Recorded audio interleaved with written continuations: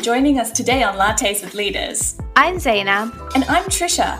And we're excited for you to join us as we catch up over coffee with CEOs and executives from diverse backgrounds and industries. We seek to discover what is unique about each leader and educate you guys on new and interesting topics.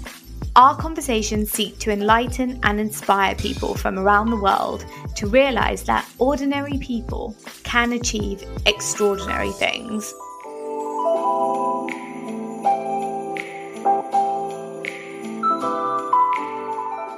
Whether you're getting promoted or moving into a new role within the organization, that requires someone to say, yes, like this is the person we should put in this role, or this is the person we should promote. And those are the people who are your sponsors. In this episode, we hear from Maggie Chan-Jones. Maggie is the embodiment of grit and ambition. From deciding to move to the US on her own at the age of 14, she walks us through how she became the first woman to be appointed as Global CMO of SAP. Following her rise to a C-suite role, Maggie realized the importance of coaching, sponsorship, and mentorship in her career growth, and has since gone on to found her own company, Tenshi, where she's helping people from minority groups navigate the complex journey of driving their career to leadership roles. In 2017, Maggie was named one of Forbes' most influential women in marketing, the top 10 most interesting B2B executives, and Woman of the Year by the SMO Club Award. We're excited to speak with her about her incredible career, her perspectives on modern marketing, as well as her advice for aspiring C-suite leaders.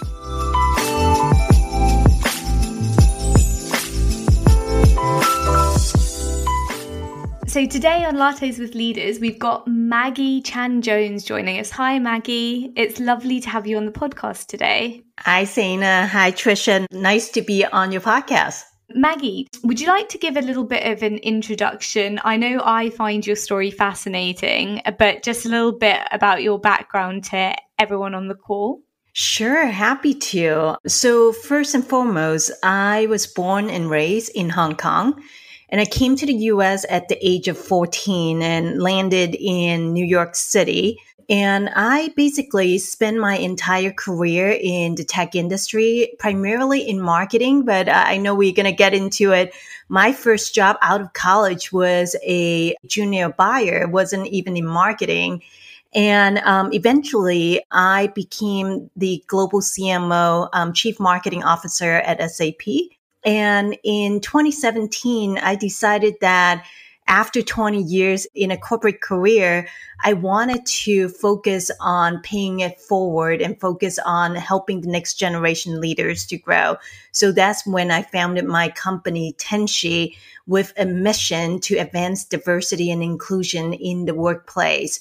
And at that time, I also decided to start my board of director career as well. So I am currently on 2 for-profit boards. Amazing. And I think testament to your strength of character. Coming to the US at 14, was that with your family or did you come alone? And how did you make that decision? Yeah, so I actually flew from Hong Kong to New York by myself at the age of 14. It was at a time where, I was raised by my single mom and my widowed grandmother. And my dad and his family was in New York at that time. And I had the opportunity to actually come to the US and study. So I took that opportunity and just, got on the plane, get to New York and live with my dad and his family for a few years so that I could finish high school and go to college. I'd love to explore how you went from then moving to the US to then starting a career. At those early stages in your career, did you know roughly where you wanted to end up, or was it a path of experimentation and discovery as you went? Definitely a bit of both. So I went to SUNY Binghamton University in upstate New York for my undergrad. And when I first got there, I was going to major in finance because I was really good in math. So that was kind of my original path. It was my junior year when I started taking the Marketing 301 class. And I remember the professor was talking about, at that time, that was dating myself now, back in the 1990s, the consumer packaged goods companies are really being seen as having great brands. So when the professor was talking about these amazing brands and how they transform the consumer experience, and that was the piece that really got me thinking, wow, maybe I should really look into marketing. And the more marketing classes I got into, the more excited I got into this field. So I decided before I graduated from Binghamton that I was going to look for a job in marketing when I graduate. But, when I graduated, it was during those times that it was really hard to find a job. Like, companies were laying off people during that period of time. And I had applied probably to 100 jobs. And, I didn't really get any interviews for marketing jobs. But I finally got this job at this small tech company in Redmond, Washington called ADIC. And I just jumped on that opportunity. And that was my first step into the tech industry. Even though it wasn't in marketing, I didn't expect that turn into a 20 plus years career in the technology sector, which is fantastic. But that was my foot in the door. I've heard you talk previously about this North Star concept. How did that fit in or factor into what you were doing when you kind of started off at ADIC, and then how you landed into that very senior executive boardroom? I would say first and foremost, for me, marketing was really my interest. So I would say if you're stuck in the same situation as I was, I would say don't give up on what you want to do and find ways to get there. I can tell you that I have a lot of young leaders coming to me asking, for example, I want to go into marketing, but I'm not currently in marketing, or I don't know how to get a marketing role. And I always say, if you look at my career path, I started out as a buyer, eventually became a global CMO. So it is absolutely doable. You just need to plan your steps and not give up when you're not in the position that you wanted to be, but continue to build your credibility as a hard worker, as someone who can problem solve. So to go back to your question, Zaina, it was about 2 years after I joined ADIC, I got an opportunity to actually jump into the marketing department. So that's how I started my marketing career, was still at ADIC. Eventually, I left ADIC for Sun Microsystems, which is now part of Oracle. And from there, I went to Microsoft and Level 3 and SAP. So there were quite a few jumps in between. And to your point, what was really making a difference for me was when I was at Microsoft, I had a boss, the VP of marketing actually said to me, Maggie, I can see that you're ready for your career next step. You're applying for different roles within the company, but I can't really tell where you want to go long term. What is your career North Star? And that really got me thinking. I was like, wow, I haven't really thought about that. And, being at Microsoft, I went home, put together my PowerPoint slides, and then came back and had that conversation with my boss and said, I thought about what you asked me. And I really believe that, my passion is in marketing. I wanted to run a marketing organization one day. I don't know about the size of the company, what industry it may be in, but I know that I want to be the leader of an entire marketing organization. That became my career North Star, which is becoming a CMO one day.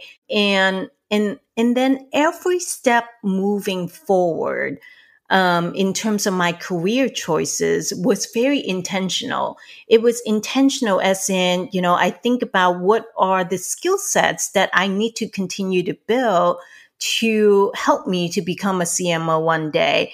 What kind of experiences that would get me closer to it. It takes an incredible amount of self-awareness to have developed that North Star quite early on in your career, it seems. Well, actually, I was halfway through my corporate career when I decided that was my career North Star. So you'd kind of taken some time to really build your exposure to that space and the function of marketing before you made that decision that you wanted to be a leader in that space. Yeah. And Trisha, I would say one of the things that I share with young leaders, especially, is when you're new coming into the workforce or when you're still very early in your career, the best thing to do is try a bunch of different roles. Because when you're early in your career, you may not necessarily know what type of roles or what type of function or what type of industry are best fit for you, right? So the only way that you're going to know is to actually be in those roles so that, one of the things that I want everyone to really focus on is really listening to yourself in terms of what are the things that when you get up in the morning that you get really excited about doing in your role? And what are the things that you're like, gosh, that takes so much energy for me to do X, Y, and Z. I really love that advice. And actually that reminds me a lot of this book that I read before called Designing Your Life by two Stanford professors. I'm not sure if you've read it, but the whole concept is exactly what you're saying here, which is isolating the work that really energizes you and therefore pursuing work that continues to energize you and that you really perform well in. Yeah, absolutely. And I would say, the other thing is always follow your gut. Follow your heart on what you feel is the right thing to do. I learned that lesson the hard way. Earlier in my career, I had so much pros and cons in my head on, choosing one role and the other. And I think that for me, what ended up really working well for me was really follow my heart on what I feel like is the right role for me.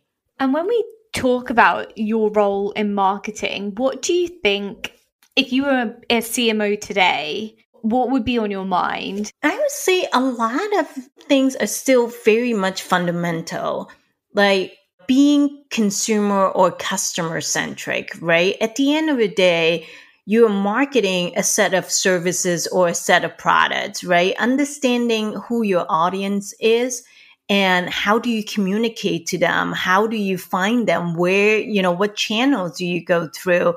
Do you have the product market fit for the offering that you have? Those are really the fundamental that don't really change no matter, what era we're in. At the same time, what has changed significantly in the time of COVID during this pandemic are, a couple of things. One is the acceleration of the digital transformation. So the increase of the use of digital channels, not only from a communications perspective, but also from the buying pattern perspective, that has accelerated quickly. The other thing that has significantly changed is the focus of a company's purpose and, how the purpose of the company needs to be authentic and at the same time really speak to a wide variety of audiences. I would say first and foremost, starting out from your employees into your customers and the investors and other stakeholders as well. And that come across even more strongly now in terms of how consumers are looking at companies that they want to spend money on and understanding whether their values, their purpose map with their own. I was reading today around the Facebook outage, which I'm sure you heard of too. My mum was complaining that her WhatsApp wasn't working last time. Yep. And that's a really important point, right? About authentic organizations, not just from a necessarily marketing perspective. When I'm talking marketing, I mean customer facing perspective, but actually being able to bring that right through the organization. I know for a few organizations that I've worked for, that's been a real struggle, right? People always focus on the customer message, but unless it's rung through customer-centric, I think was the word you used, and Amazon do this really well, where the entire company focuses on the customer and they allow one chair in every meeting room, which is called the voice of the customer. And I love that concept. Yeah, and it has to be authentic as well, right? Because I have spoken with many leaders that some of them leave company because they were telling me that the values that the company has, the purpose that they have or not have, is not resonating with them. And especially now, given how tight the talent market is, the competitive advantage that a company can have by truly having a purpose that really can stand on its own is very important. What do you think the C-suite, the leadership team, has to play within this space? What advice would you give to anyone who's potentially aiming for those roles or in those roles currently as to how you can actually support that voice of the customer, regardless of your title? I think anyone in an organization can be customer centric, no matter which part of the company you're in. And for the C-suite, I think the most important part is to walk the talk, right? Because everyone can say we are customer centric. And to your point, if you went to a 2-hour workshop on strategy and the word customer doesn't even come up, then that's a challenge. So for leaders, I think it's very important to really walk the talk. And by saying that customers are important, then you got to show it. So you built this amazing career in SAP, got this big C-suite role that is very aspirational and very challenging. I think for most people who are in a corporate role, to get to that leadership position is a struggle. How did you then decide that actually you had a bigger role to play and that role was outside of your SAP role? For me, that decision wasn't that difficult because for me, like after 20 years in the tech world, doing something different was something I was looking for. And how I got to founding Tenshi was that, I was actually taking a break, and at that time I was still kind of debating, okay, what do I do next? And, I got a lot of executive recruiters, asking me to interview for CMO roles, but I was like, okay, none of these really, excite me. And so when I got asked to speak with an executive MBA class at Cornell Johnson, my alma mater, I'm like, yeah, of course. And one of the questions that a student asked was, Maggie, you have such an amazing career. Were coaches, mentors, and sponsors a big part of your growth? And I said, absolutely, all of the above. And that was my light bulb moment to say, wait, I personally have been working with my executive coach since I was a director at Microsoft. That, at that time, it was, about 7-8 years then. And I wish more women would have a coach earlier in their career to help them to, accelerate their career growth. So that was really the light bulb moment for me to start my own company. I can tell you both that I never thought of myself as an entrepreneur. I never thought of, starting my own company per se, but it was my passion to really focus on helping the next generation leaders to grow. And that was really what got me to knowing that starting this company, would be a really fun and a challenging next step for me. Absolutely. I actually came across the concept of coaching and mentorship more so in my MBA, which during my MBA really helped me be more focused. And rather than, post MBA applying for every single job that came to my mind, it really helped me define exactly what it is that I truly wanted to do and really discover what my passion was. I wanted to touch more on the power of coaching, mentoring, and sponsorship, and also define the differences between all of them. Would you be able to go a little bit into these different concepts? Yeah, absolutely. So the way I think about coaches, mentors, and sponsors are as follow. Mentors, I think everyone has mentors. And mentors to me are people that you want to learn from. They are doing something, extraordinary. So for example, when I was earlier in my career, when I was a first-time manager, I seeked out leaders who are great people managers as my mentors so that I could learn from them on how to be a great people manager myself. Or when you're new into a company or in a role, you may even have peer mentors to help you to get to understand the organization better or the group better. So I think that one, everybody, are pretty familiar with the term and how to get a mentor. Sponsors are people that they may act like a mentor, but the big difference between a mentor and a sponsor is that a sponsor is usually at least 1 or 2 level higher than you are in your organization. And most importantly, they have the political capital to help you, to pull you forward in your career, whether it is giving you visibility within the organization or advocating for you for your current role or for a new role within the company, and helping you to expand your network as well. And which is why, for me, sponsors are so critical in, helping you to accelerate your career growth.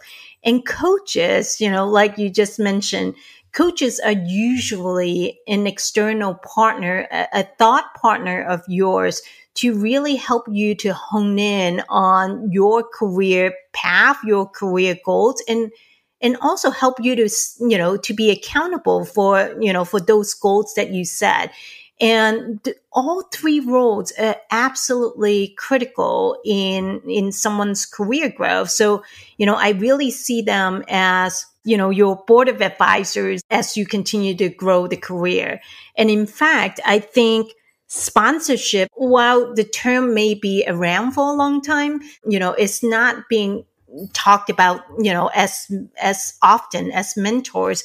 I just recently wrote a book specifically focusing on sponsorship, on how do we decode sponsorship. Decoding Sponsorship is the name of my book, and it's really about what are the steps to help you to hone in on your career growth, building your career North Star, and finding that sponsors to help you to grow your career. Yeah, and I think I agree with you, Maggie. I don't think I've ever consciously thought about sponsors in my own career. As I said, sponsorship and actually finding a sponsor in your own organization can be quite challenging. I think sometimes I found that came naturally. So I've got a couple of sponsors, but it really happened as a result of a piece of work that I did, and there was some visibility. But I'm keen to kind of hone in a little bit on that, and how does someone actually go about consciously finding sponsorship? Saina, what you said is exactly how most of us find our sponsors, is through a piece of work that you do, or, through the role that you're in. And, I would say for the most part, your manager or your manager's manager are your sponsors. You may or may not know that. Many of us, your manager is the person who hired you into that role. And so, from that perspective, that was the person that pulled you forward into this role. And, whether you're getting promoted or moving into a new role within the organization, that requires someone to say, yes, like this is the person we should put in this role, or this is the person we should promote. And those are the people who are your sponsors. So the key thing is really to pay attention to who are the people really have the vested interest in your career. And most likely those are the people who are, in your chain of command. And the second thing to cultivate those relationships is, identify where you have the alignment from the business goals perspective. For me, when I was growing my corporate career, one of the things that I always, try to do is to map my goals to my manager or my manager's manager, or even, in bigger organizations, you may want to think about who are the business leaders that you may support, but they're in the adjacent business group or function. And those are really good potential sponsors of yours.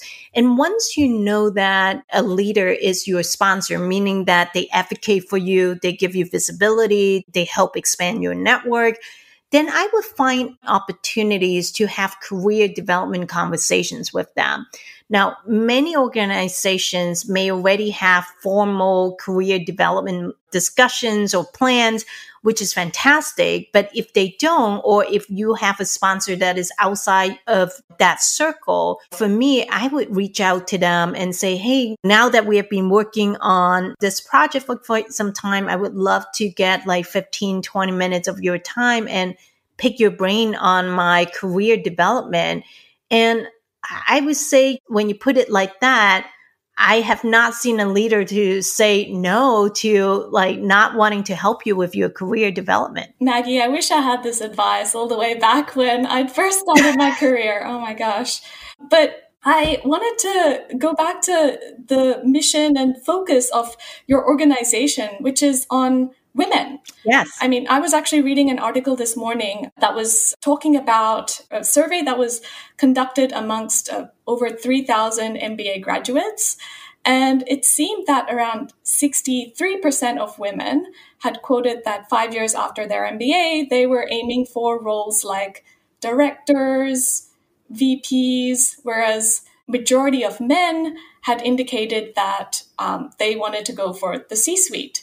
I'm curious as to what role does knowing your capabilities and knowing how far you can go in your career and when it's right to ask for a promotion or to seek a promotion plays into the psyche of actually pursuing one and actually gunning for not just that next level, but 3-4 levels up. I was just going to comment on that because, Trisha, I think that's such an interesting question, Maggie. Before we get your response, I'm just reflecting on my own journey post-MBA. I basically got thrown into a pretty senior role pretty quickly. And I would say if I had looked to apply for it, I probably wouldn't have. And I wouldn't have thought I would have got it. But actually, the more senior roles, reflecting back on my career that I've had, have definitely pushed me leaps and bounds beyond my capabilities. And that's really where the growth has been. That's great to hear. This is a topic that I actually wrote quite a bit in my book, Decoding Sponsorship, because you're absolutely right that women in general are still not going for the big roles in comparison with men. And, I remember seeing studies that women only apply for jobs when they feel like they're 90 to 100% qualified, whereas men would apply for jobs that they are 60% qualified. And which is also very true in my practice at Tenshi when I see, people coming to us. And that is also part of why I think having an executive coach is great because, I know my coach would push me to go for the big jobs. And this is also something I think we have to remind ourselves as well. The question you may want to ask yourself every single time is, okay, let's say you go for it and you didn't get it or you didn't get an interview. What is the worst thing that can happen? Right? Yeah, it's true. Apart from a little bit of a blow to your ego, I agree with you. So now let's follow up on that, Zaina. So a little blow on your ego. Can you live with that? Yeah, I think so. Absolutely. Yeah, you dust yourself off and then you go again. So my point is, there is no harm for going for the big role. And I think, to your point, when you're given a big opportunity, you will rise to the occasion. Maggie, I just wanted to say thank you so much. Coaching, I think you do it so naturally. And I felt like even the conversation with you, I was kind of challenging my own perspective on things as you were talking. I feel like I could learn so much from you. Oh, thank you. Thank you. Maggie, before we wrap up though, would you like to quickly talk about your book? Yeah, well, thank you. My book, Decoding Sponsorship, is going to be published on Amazon on October 19th. And everything that we just talked about in this podcast, we have stories in my book. So if you like this conversation in the podcast, you definitely like the book that I wrote because it has a lot of my own stories as well as stories of others that, I have to share experience with. And hopefully it will give readers some tips on how do you navigate and how do you accelerate your career growth. Very excited for this. Yes, so excited to read it.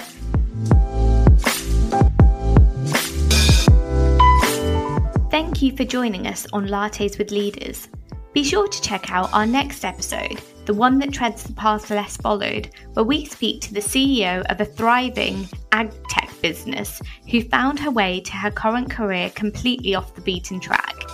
If you want some teasers to this episode and others, find us on Twitter, LinkedIn, Instagram, and TikTok at Lattes with Leaders. You can also listen to more episodes on Spotify, Apple Podcasts, Google Podcasts, Pandora, and other platforms.